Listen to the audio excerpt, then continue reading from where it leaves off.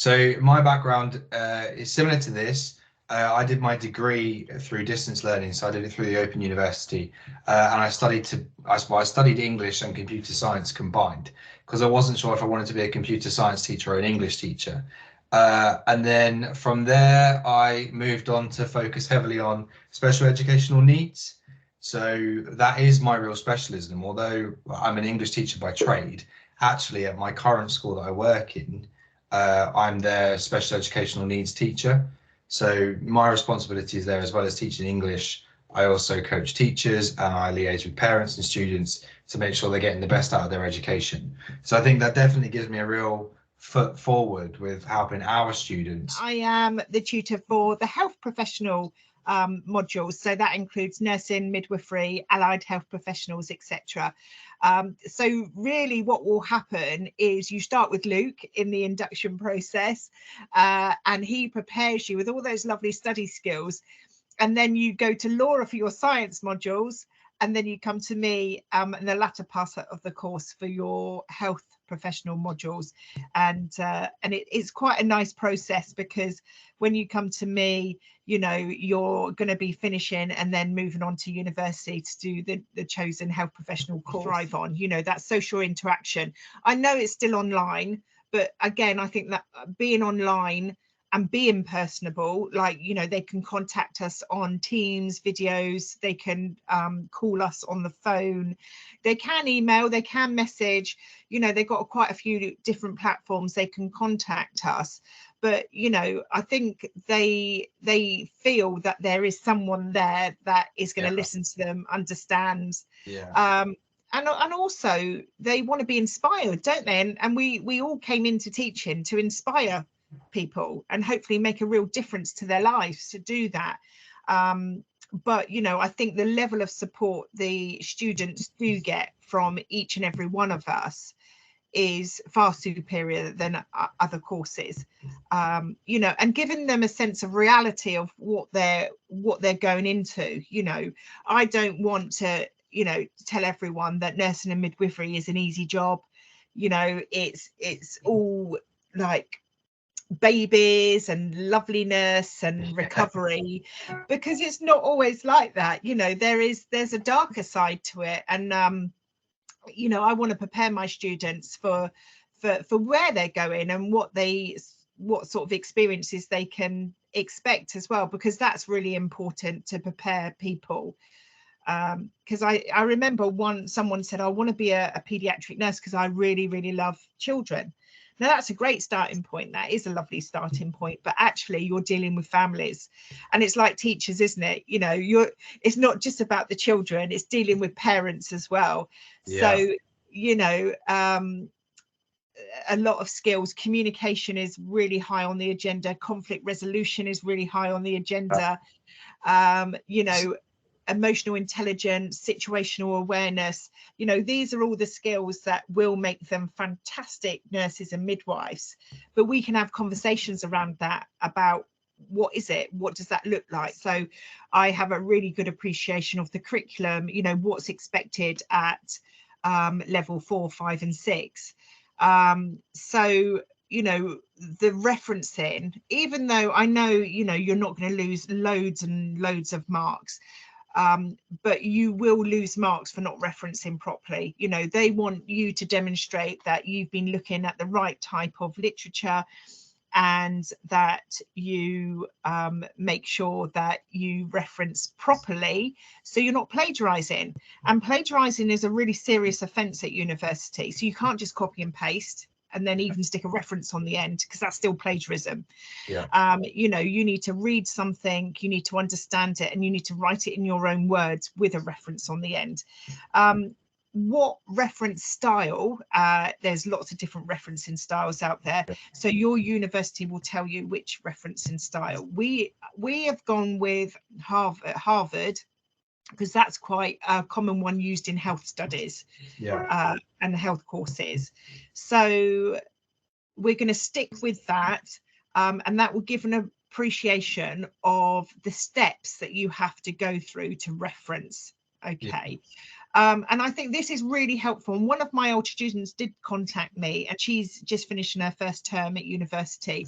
And she said, oh, Dana, you know, that was really helpful, you know, and she can probably see a lot of people around her that are really struggling with the references. And we know it won't be perfect, but, you know, this access course is a stepping block for level 4, and then level 4 is a stepping block for level 5, so it goes up very gradually. So I think that's one thing that we will do. We'll definitely, you know, follow on. And also, Luke, you know, some people really need help with laying out an essay, you know, formatting. And I know that you will come up with loads of lovely ideas of how people can lay that out and remember, you know, they might want to use headers and subheaders and then take them out to keep them on track. You know, I know there's lots of quirky things out there. But also, I think what is really important, I love the fact that you come with that sort of specialist knowledge in special educational needs, you know, because what we're seeing when I was at university, what we saw was a lot of adults that perhaps were late being diagnosed with dyslexia. Perhaps there was a neurodiversity there that was probably hindering their potential, shall I say. Because I do believe, you know, people learn in such a variety of ways, and I think in education we don't really hook on to that, you know. It seems to be quite sort of blanket for, or especially at senior school. Definitely so. I'd agree. So, you know, I think with that knowledge, you know, and working together as a team, we can like best support our, you know, our students. Yeah, definitely so, because that's what we all want. We all want the best outcome for them. In what I have to say, I mean, this is the first kind of program that I've seen of its kind. There's distance learning going on all over the place, but it is really isolated, and the lack of support is quite shocking. So yeah, I think our students actually are really, really lucky to have us, just as we are lucky to have them. I really do. I really do. Are we blowing our own trumpets, Luke? No, I'm blowing yours. Yeah. So no, but no, it is good. And I think, you know, one thing that works really well is the teamwork, you know. So if you have a student that is happy to share information with me on a style of learning, then I can be very mindful, perhaps when I'm, you know, giving them some advice or I'm doing any teaching. You know, I want our students to feel really comfortable. I want them to really grow their confidence and their self-esteem in learning, because I think a lot of people, especially adult learners, probably didn't have the best education at school. Perhaps they didn't like it. Perhaps they felt they didn't achieve for whatever reason. And, you know, I don't want them to feel like that on this course. No, I would agree. Exactly the same. I mean, as I say, the study skills one for me is one that everyone has to do. So I meet all of the students. I'm really lucky in that sense. I get to meet all of them. I get to help them with their basic study skills in preparation for you guys. So that is something that I'm really focused on. I think once I get, so yeah, reflection in education is absolutely huge, really, really big. Yeah, which is good. And it is a skill. Not everyone can do it. You know, a lot of people can struggle because there has to be a sense of honesty. And like you said, there is a sort of brutal element to it, because we all want to feel that we're doing everything perfect all of the time.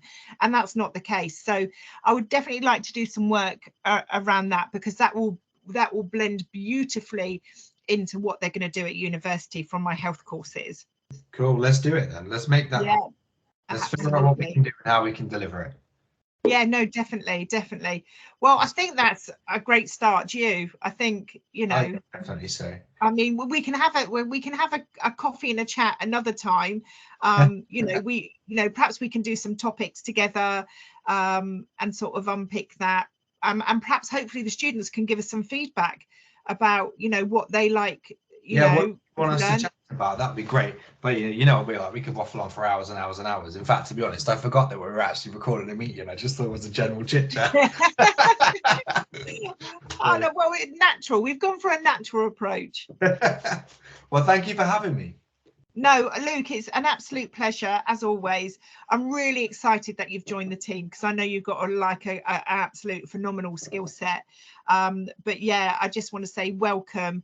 You know, we're a very close knit team. It is like a little mini family, really. And you know, we've got the students' best interests at heart, and we really, really want people to succeed in what they want to do. Definitely so, yeah. And that's something that I think we all have an agreed agenda on that one, which is what makes it work so well. So yeah, thank you for having me. I am really excited to be here. Okay, no, lovely, Luke. So I'll catch up with you again